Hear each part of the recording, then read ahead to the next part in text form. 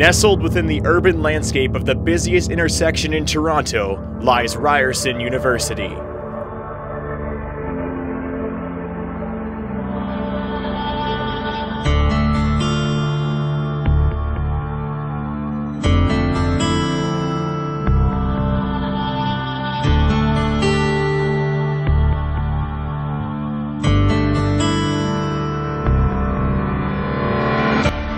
The institution's hockey program, not previously known for its prowess, is making a name for itself in the OUA. Despite a week-long suspension that saw the team forfeit 2 games for drinking while on a road trip, the Rams have rattled off 4 straight wins since then and are off to their best start in the university's history.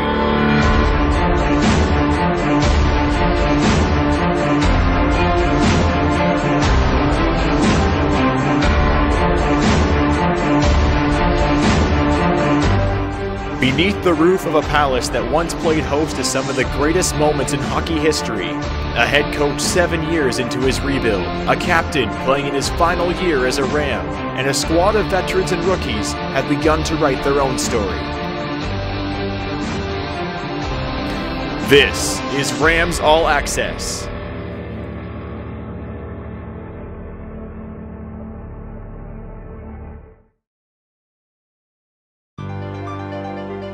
After laying dormant for over a decade, Maple Leaf Gardens was renovated between 2011 and 2012. Split into a Loblaws grocery store and a state-of-the-art athletic facility for Ryerson University, the Gardens stood renewed, this time under a new name, Mattamy Athletic Center. One of the most renowned shrines in the history of hockey, the Gardens was home to the Toronto Maple Leafs for 67 years and held Game 2 of the prolific 72 Summit Series between Canada and the Soviets.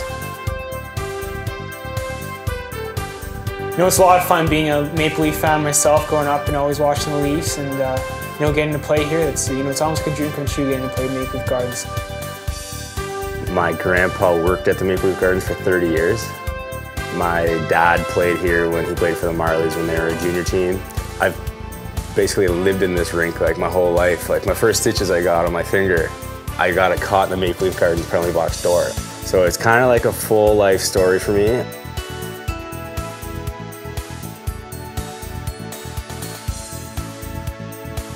Home to the Rams, Mattamy Home Ice is the biggest stage in the CIS.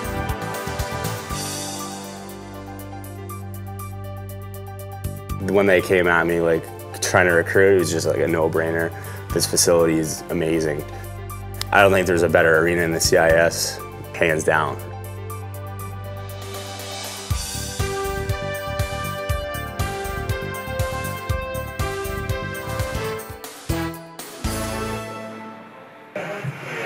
Oh, look at the footwork. What's up, Limbo? As the team gets ready for practice Tuesday afternoon, we get a glimpse of the camaraderie between the players, with their minds possibly venturing off to the Movember fundraiser scheduled for later that evening. A visit from the women's hockey coach, Pierre Alain, tops off the fun. Hey guys, you like the outfit? Oh, yeah,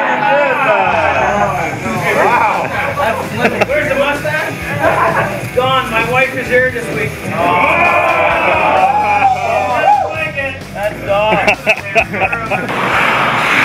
Coach Graham Wise's mind isn't elsewhere, however, and the players are skated hard to begin practice.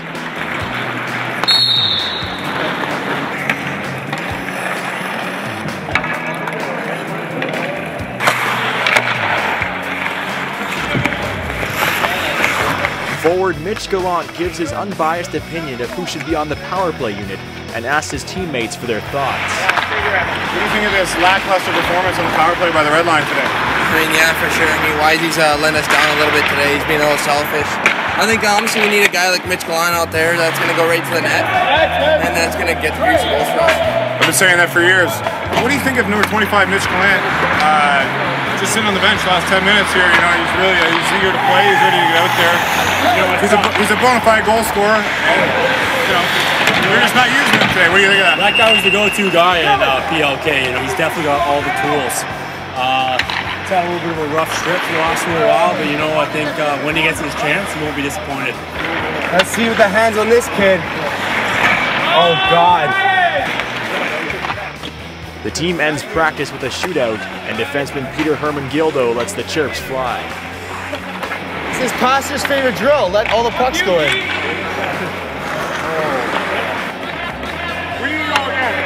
Hey, one more time, coach. Oh!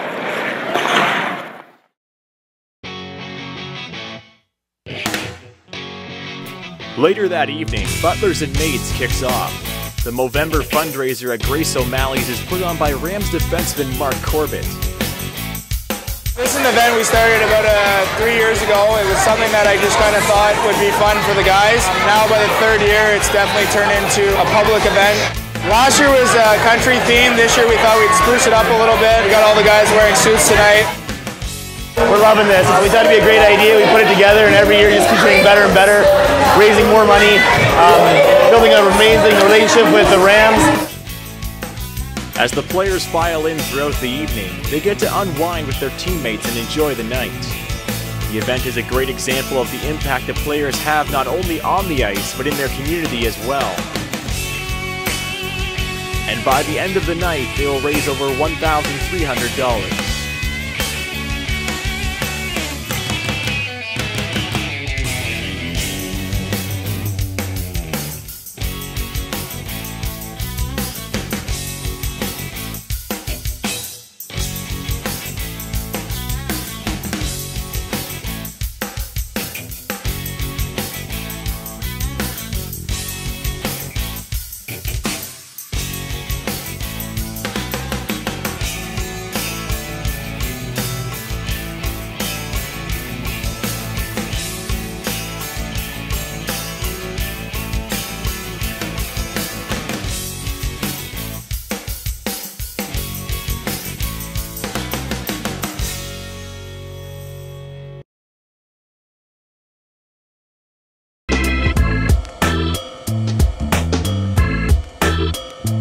On Thursday before practice, we get to see goaltender Adam Corshane and defenseman Brian Burkhoff battle for bragging rights in a game of NHL 14. Corshane gets the best of Burkhoff and recaps his keys to victory. I told him I was going to beat him. He didn't believe me. I think the final score was 5-1. So a lot of shots on goal, a lot of hard hits, and basically just put him in his place. Corshane tries to add insult to injury during a soccer game against Burkhoff and Rams leading goal scorer Dominic Alberga.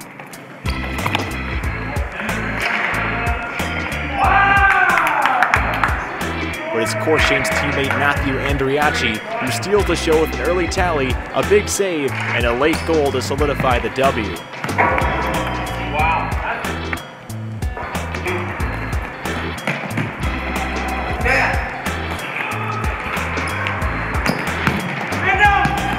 Before stepping onto the ice, Wise and assistant coach Johnny Duco prep the players for what they can expect from UQTR in Friday night's game.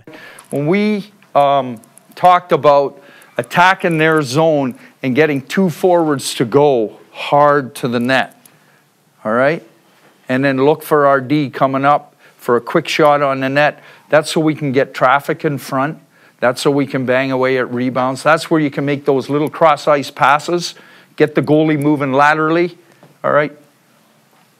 And it'll work to our advantage. But if we're going to shoot from the periphery against these guys, their goalies are going to get everything. Johnny, anything you want to add? You kind of saw the video. Just the one thing we did talk about was kind of off topic on that is that they're going to speak French.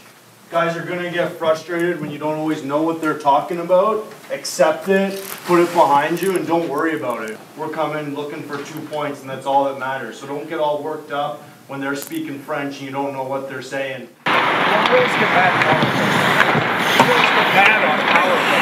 The team enters Friday's game with a 9-4 record. There's no doubt Wise's guidance has been one of the keys to the team's success, and the players provide us some insight into his coaching style. Graham's coaching style is very old school. Old school, very old school. He loves the board, the little whiteboard. He's not a big video guy. He struggles with the video. It's always good to see him on the bench, even when he has a few comments to the refs and stuff. He's very energetic, outgoing, you know, but he is very smart. And I'm kind of used to that because my coach in Erie was a very old school guy. It's a style I enjoy. I think it fits my style personally. So he's definitely, I would say, a player's coach. He treats every player well, and he lets us have fun. But when we need to get down to business, he makes sure we do that too, and are working hard.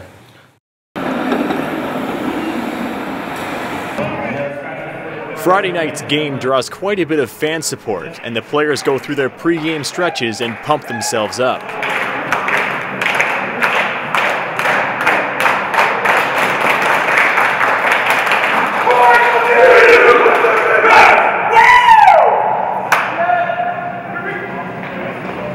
As the ice is readied and skates meticulously sharpened, Wise provides his team with some motivation. To me, these are the most fun games. These are games that you put out your best, okay? And these are the games you establish yourself. Hey, we're fucking seriously a good fucking hockey team, all right? Break a sweat, get your heart rate going, be ready for everything. Come on, like that.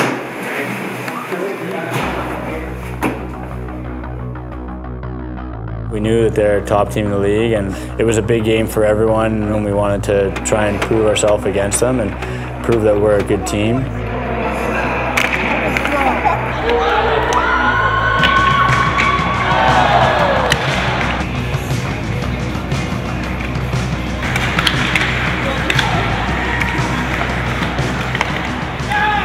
We were down 3-0 early, and we had a hard time coming back. They came out like guns a-blazing and took us pretty quick and took us by surprise, I think. After allowing 3 quick goals, things get worse for the Rams as Dean Wilmot delivers a thundering check and is penalized with a questionable 5 in a game for a supposed hit to the head. 5 minutes. What'd you get? Well, hey, someone lost some here. During the first intermission, Wise tries to get his players back into the game. that was the worst period of hockey we've played all year. The worst. Because we didn't move our feet. We're reaching for pucks. You know what we were doing? Poking pucks onto their stick. You can come back and beat these guys. They think they've already won and the score's going to 10. Are you going to have something to say about it? Or are you going to let them go to 10? Have something to say about it.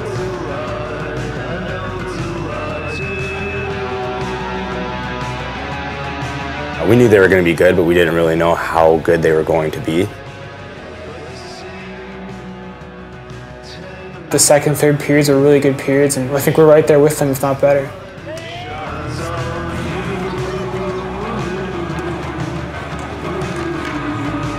Despite Troy Passingham's great play in relief of Adam Corshane and a late goal by forward Jason Kelly, the Rams fall 5-1 to UQTR.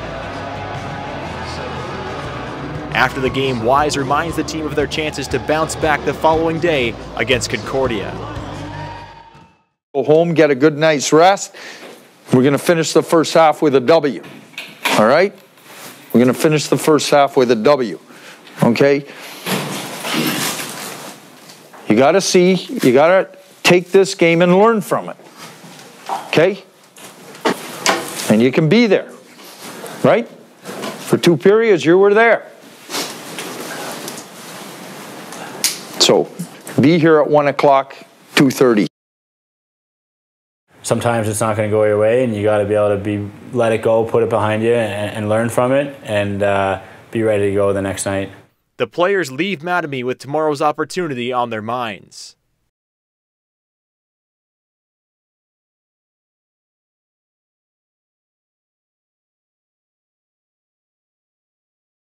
Take our game to them. All right, let's go out there and play our game. Move the puck quick, attack with speed, lots of shots on their net. All right, we'll take it shift at a time, we'll take it period at a time, and we'll get 2 points. Come on, boys, are we ready here? Hey, we can all do a little better than yesterday. We're all going to do a little better than yesterday, and we're going to come out of this with 2 points. Okay, boys? All right, starting 17, Buck. 10, Lombardi. 16, Alcock. 44, Corbett. 7, Hermangeldo. Number 31, passing. Sometimes a tough loss is exactly what a team needs to be kicked back into gear.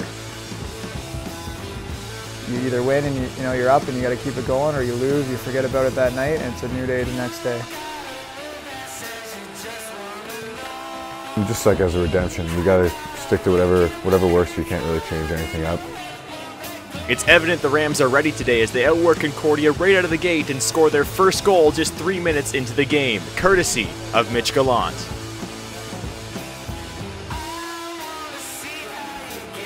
Coach Wise's son Jamie tallies 2 of his own before the period ends. And the onslaught continues in the second and third, with goals coming from Lucas Frace, Dominic Alberga, as well as Gallant and Wise again. Good job, Bergie. Oh!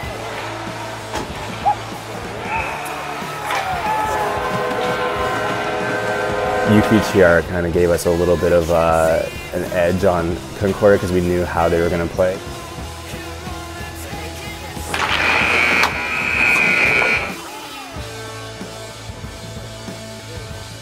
It was our last game before the exam break, so we just wanted to end off on a good note, and we definitely came out and did that.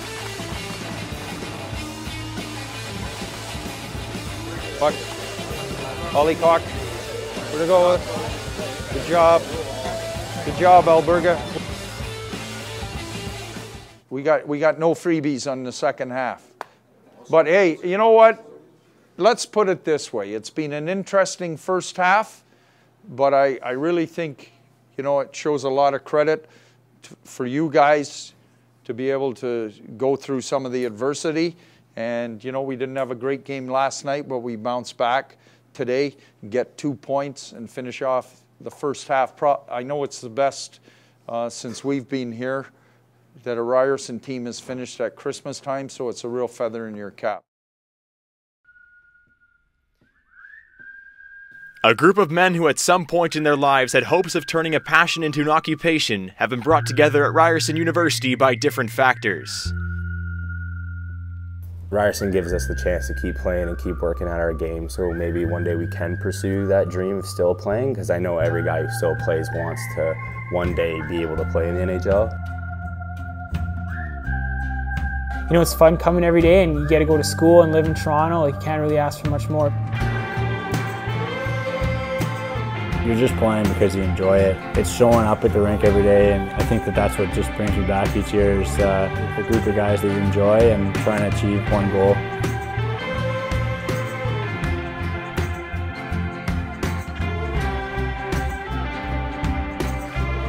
You need that something else that keeps you motivated, and I think, you know, if you still have the passion and the love for the game, I mean, you shouldn't give it up. Whether it be the opportunity to educate themselves, continuing to have fun with the boys while building a brotherhood, or wanting to win a league championship, the foundation beneath all of that is something that was instilled in them the first time they stepped on the ice. Something that has grown within them since they took their first stride. The driving factor that gets them to early morning practices, and is the one true reason why they continue to play. An everlasting love for the game.